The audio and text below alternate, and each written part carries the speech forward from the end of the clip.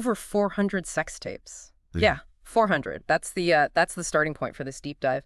And you're not going to believe who we're talking about. We're looking at a political scandal really rocking Equatorial Guinea, using reports straight from news outlets and local media. It's going to get a little uncomfortable, but we're going to focus on the facts and what they mean for the country. So our story, it all centers on Baltasar Engonga. He was the Director General of the National Financial Investigation Agency. He's been accused of secretly recording these tapes, and the women featured, they're deeply connected to the government. I mean, we're talking wives of officials, family members, even the president's sister. Wow. The implications of someone in Ngonga's position, potentially using surveillance tech for this purpose, huge. We have to ask if consent was truly given, or if his power played a role. This isn't just a personal matter. It raises serious questions about the integrity of the agency he leads. And the location of some of these recordings, it adds another layer to this whole thing.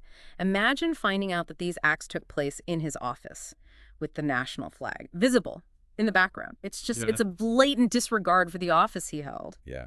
That detail speaks volumes about the potential misuse of government resources and a lack of respect for the institution itself. This isn't just a scandal about personal misconduct. It's a breach of public trust on a grand scale. The government has responded swiftly, and Engonga is now imprisoned, facing charges related to corruption, and any officials suspected of similar activities have been suspended. They're calling it a zero-tolerance policy. It's an interesting approach, but it raises questions about whether this is a genuine effort to root out corruption or a calculated move to control the narrative. We'll need to look at the history of similar policies in Equatorial Guinea to understand the context and what this might mean for the future. That makes sense. The Attorney General has stated that consensual sex is not a crime unless coercion can be proven, which adds complexity to the legal situation. But with the potential for the spread of disease and the high profiles of everyone involved, things get murky quickly. Yeah, this situation really highlights the intersection of personal actions and public life. Even if some of the relationships were consensual, the potential for blackmail and damage to reputations adds another layer of concern. And when you consider the potential impact on national security and international relations, the stakes are even higher. The fallout from this scandal has been immense, igniting public outrage and forcing people to grapple with the realities of power dynamics and accountability within their government. What are your thoughts on the societal impact of this, and where do we go from here? Right. Scandals like this can trigger a crisis of faith in the government. People start questioning who they can trust. And if their leaders have their best interests at heart, rebuilding that trust requires more than just punishing individuals. It requires addressing the systemic issues that allow the situation to occur. So, what are some of those systemic issues, and how do they play into what we're seeing unfold? We need to look at this scandal within the existing political climate in Equatorial Guinea. There have been long-standing concerns about corruption and a lack of transparency within the government.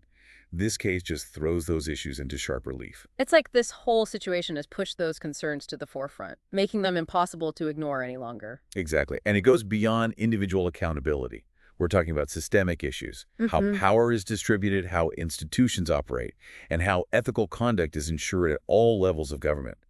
This scandal could be a catalyst for demanding deeper reforms. It all started with these leaked videos, which is a stark reminder of how technology can be used in ways we never anticipated. Think about it, the accessibility of recording devices and how easily content can spread online has created a whole new set of risks and opportunities. We're seeing this play out all over the world, where private lives collide with public scrutiny in a way that was unimaginable just a few years ago. And in this case, it goes beyond private lives. The potential misuse of surveillance technology by someone in Engonga's position raises serious questions about national security and even international relations. Absolutely. The potential for leverage and manipulation with this type of material is enormous. It highlights the critical need for robust cybersecurity measures and ethical guidelines for handling sensitive information. So how do we navigate this new landscape? It feels like we're constantly trying to find the balance between individual privacy and the need for transparency and accountability, especially when it comes to people in positions of power. It's a delicate balance, and there are no easy answers. Open dialogue, critical thinking, and a commitment to ethical principles are essential. We need to have open conversations about the responsible use of technology, the limits of privacy, and the importance of holding those in power accountable for their actions. One detail that really struck me was the report that some of these recordings took place in Engonga's office. right next to the national flag. What does that say to you about the situation? To me, that's a powerful symbol. It speaks to a complete disregard for the institution he was supposed to represent, almost a flaunting of his power, and a complete lack of respect for the nation and its people. It makes you think about the women involved. They are victims caught in this web of power and manipulation. Their voices deserve to be heard.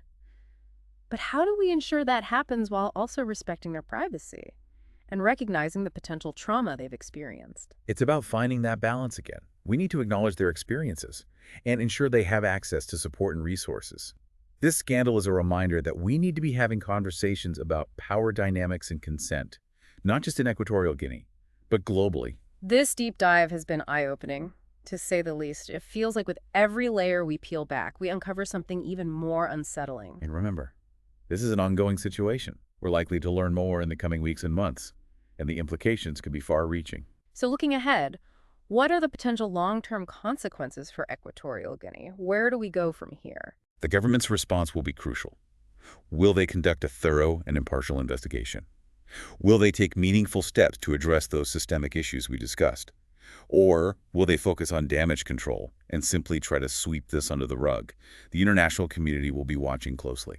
This scandal has certainly put Equatorial Guinea in the global spotlight. It'll be interesting to see how the government navigates this, and if their actions, align with their words. Yeah, their response will be a critical test. Will we see genuine steps towards reform and a commitment to transparency? Or will it be more about protecting those in power and maintaining the status quo?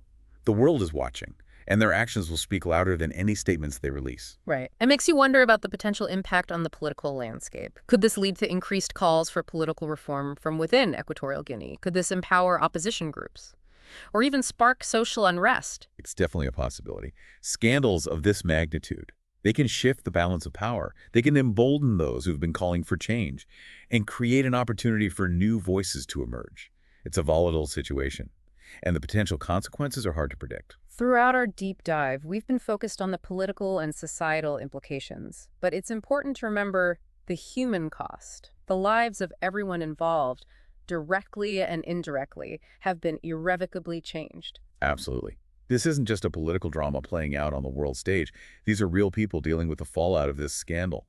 Reputations have been tarnished, trust has been broken, and there will be emotional scars that may never fully heal. It's a stark reminder that behind the headlines and the political maneuvering are individuals grappling with the very real consequences of these actions. Their stories are an important part of this narrative. We can't forget the human element. As we dissect the political and social ramifications, well, this has been quite a journey. We started with over 400 sex tapes and uncovered a web of power, corruption, betrayal reaching the highest levels of government in Equatorial Guinea. What are your final thoughts for our listener as they consider everything we've discussed today?